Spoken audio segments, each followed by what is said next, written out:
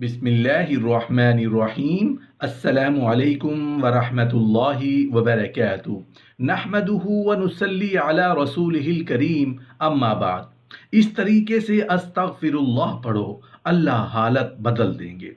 आजमा के देखो।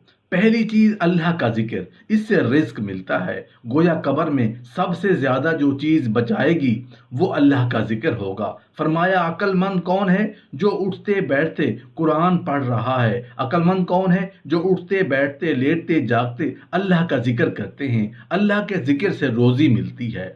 अल्लाह कुरान में कह रहा है, ए ईमान वालो, तुम्हें रिज्क कमाने के लिए पैदा किया, हम तुम्हें देंगे। सूरह यासीन सुबह पढ़ लो, रिज्क के मसले हल। सूरह वाकिया सोने से पहले घर में पढ़ोगे, रिज्क के मसले खत्म। सुबह ही तस्बीह पढ़ लो, सुबहानल्लाहि व बिहम्दिही सुबहानल्लाहिल अज़ीम अस्तगफिरुल्लाह। फजर की नमाज से पहले सुन्नतों और फर्ज के दरमियान में एक तस्बीह पढ़ लो। तमाम मखलूक को इसी से रोजी मिलती है, रोजी का मसला खत्म। ला इलाहा इल्लल्लाहुल मलिकुल हक्कुल मुबीन, रोजी का मसला खत्म।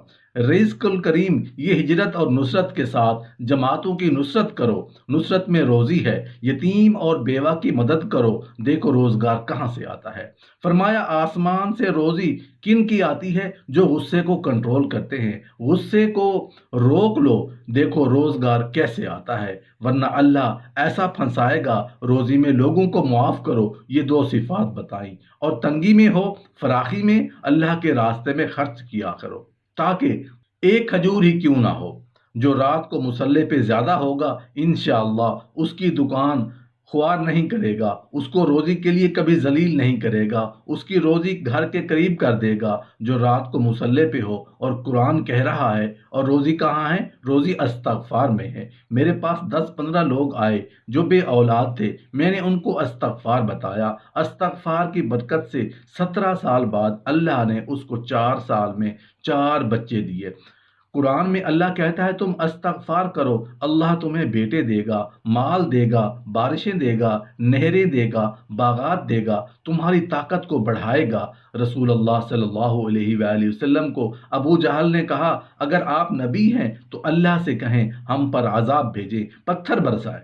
अल्लाह ने वही भेजी, ए नबी उनसे कह दो जब तक तुम मौजूद हो और बस्ती वाले अस्तगफार करते रहेंगे, अल्लाह कभी अजाब नहीं भेजेगा। अल्लाह के अजाब को रोकने के लिए नबी करीम सल्लल्लाहु अलैहि वसल्लम ने 3 आमाल बताए।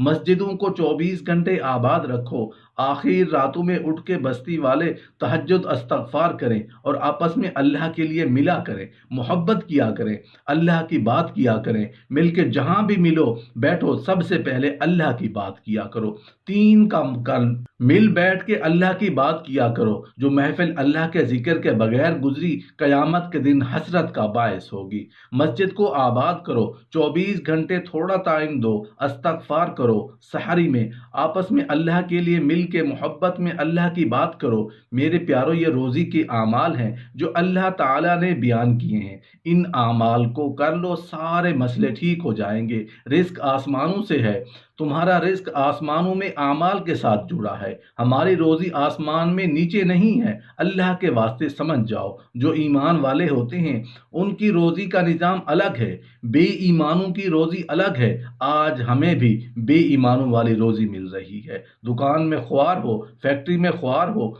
उसकी नौकरी करो, उससे जलील हो। ईमान वालों को इज्जत वाली रोजी मिलती है। जो पिंजरे में बंद होता है ना, उसकी इज्जत वाली रोटी मिलती है।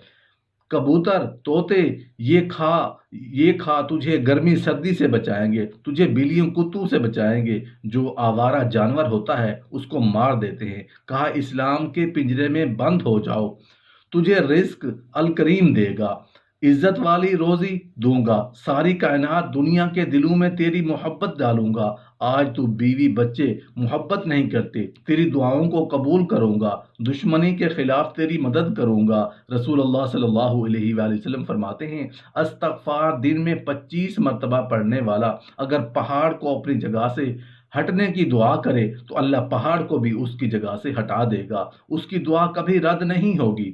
دوستو، ایک ایسا استغفار جس کو کرنے سے آپ کی ہر دعا قبول ہوگی۔ میں گناہوں میں کمی چاہتا ہوں، میرے گناہ گھٹیں، میرے گناہوں کا خاتمہ ہو، تو رسول اللہ صلی اللہ علیہ وآلہ وسلم نے فرمایا استغفار کی کثرت کرو، تمہارے گناہ ختم ہو جائیں گے۔ استغفار پڑھتے رہو اللہ کی بارگاہ میں، استغفر اللہ استغفر اللہ استغفر اللہ۔ استغفار کی بات یاد آئی تو مجھے بہت زبردست استغفار یاد آیا۔ 2 منٹ کا کام ہے لیکن فائدہ ہے لاکھوں سال سے زیادہ کا۔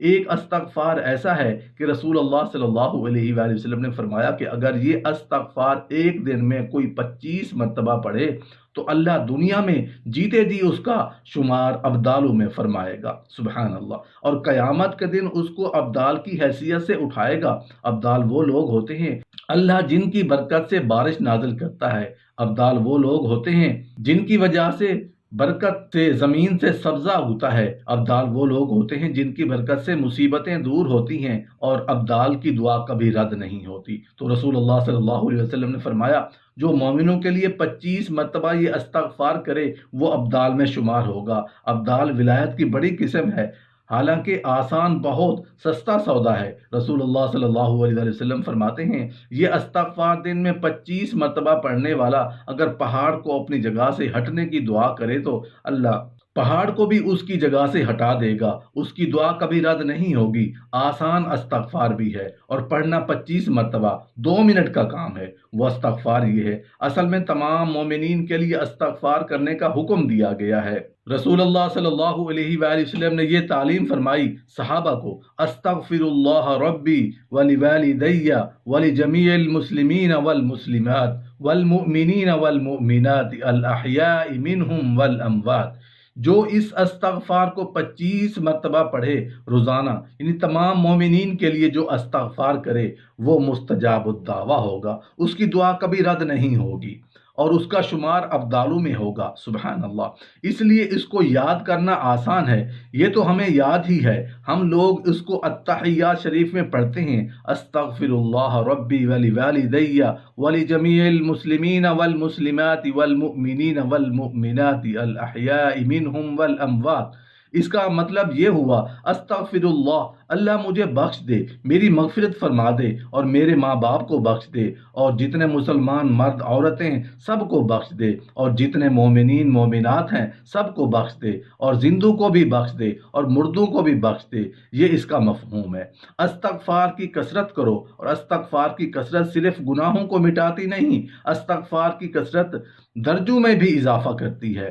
بے شک استغفار کی کثرت سے رزق میں برکت عطا کی جاتی ہے، استغفار کی کثرت بے اولادوں کو اولاد کا سبب بنتی ہے، استغفار کی کثرت باران رحمت کے نزول کا سبب بن جاتی ہے، بلکہ اللہ نے وعدہ کیا کہ محبوب جب تک تم ان کے درمیان ہو ان پر عذاب نہیں آئے گا، اور فرمایا جب تک یہ استغفار کرتے رہیں گے تب تک ان پر عذاب نہیں آئے گا۔ جب تک بندہ توبہ کرتا رہے، استغفار کرتا رہے، وہ عذاب کا شکار نہیں ہوگا۔ اس لیے ہمیشہ اللہ کی بارگاہ میں استغفر اللہ پڑھتے رہو۔